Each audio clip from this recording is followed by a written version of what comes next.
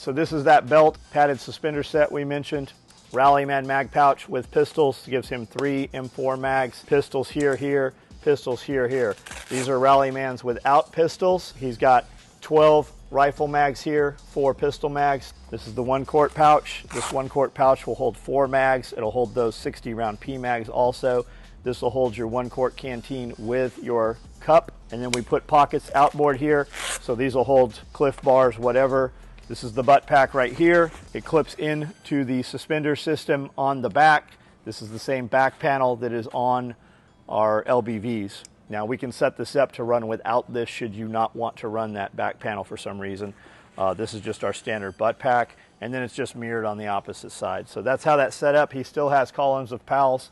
This one's actually shifted one over. He could put 2 more Rallyman mag pouches on here, which would give him 6 more magazines.